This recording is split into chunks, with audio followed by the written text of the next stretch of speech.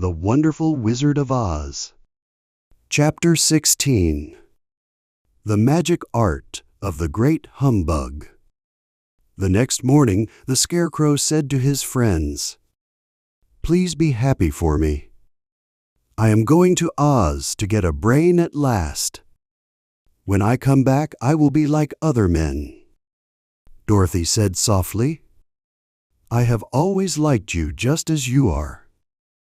It is very kind of you to like a scarecrow," he said. "But I think you will like me even more when you hear the smart ideas my new brain will make."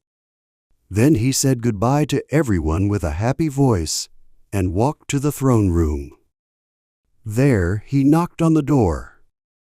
"Come in," said Oz.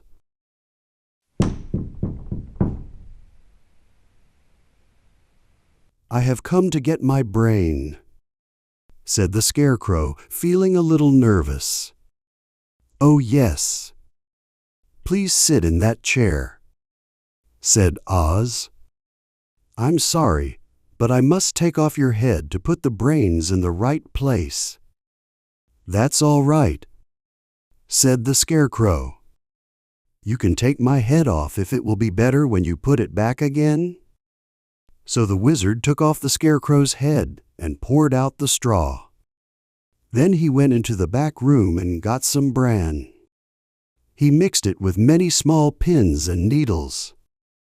After shaking it all together well, he put the mixture into the top of the Scarecrow's head and filled the rest with straw to keep it in place.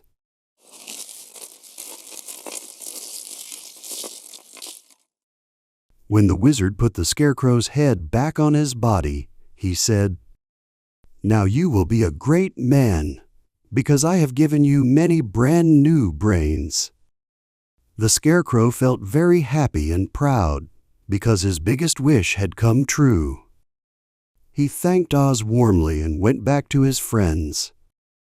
Dorothy looked at him with wonder. The top of his head was round and full with brains. "How do you feel?" asked Dorothy. "I feel very smart," said the Scarecrow happily. "When I get used to my new brain, I will know everything." "Why do you have pins and needles in your head?" asked the Tin Woodman. "That shows he is sharp," said the Lion with a smile. "Well, it's my turn to go to Oz and get my heart," said the Woodman. Then he walked to the throne room and knocked on the door.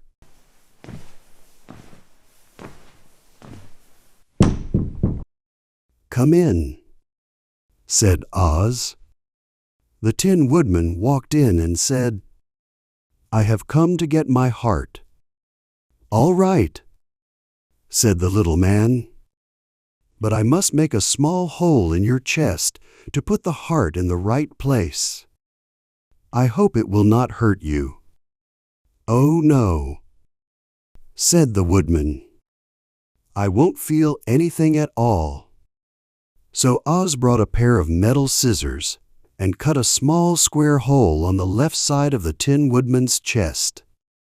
Then he went to a drawer and took out a pretty heart made of soft silk and filled with sawdust.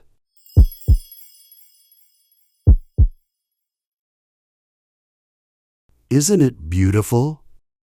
he asked.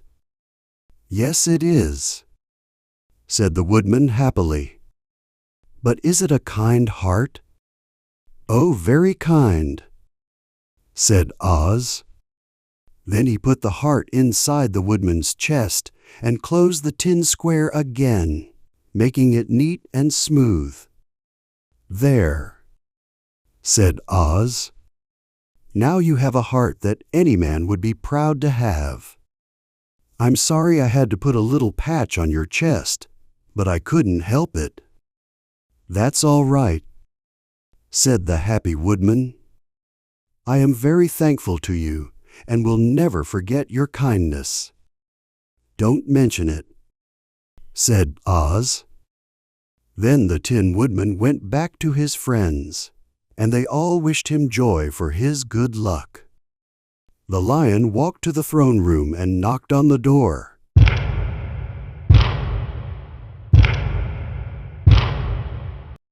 "Come in," said Oz. "I have come to get my courage," said the lion as he stepped inside. "All right," said the little man. "I will bring it to you."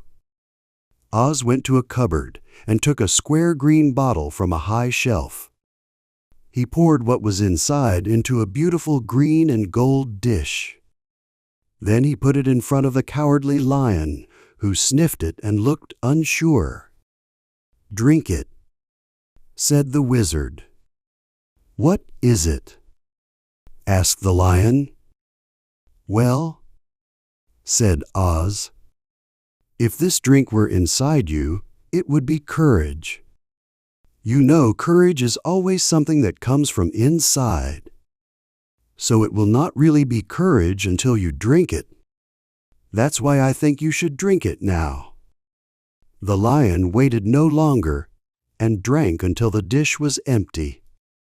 "How do you feel now?" asked Oz. "I feel full of courage," said the lion happily, and he went back to his friends to tell them his good news. "You should drink this." When Oz was alone, he smiled because he was glad that the Scarecrow, the Tin Woodman, and the lion all got what they wanted. "How can I help being a humbug?" he said. "When everyone asks me to do things that no one can really do?"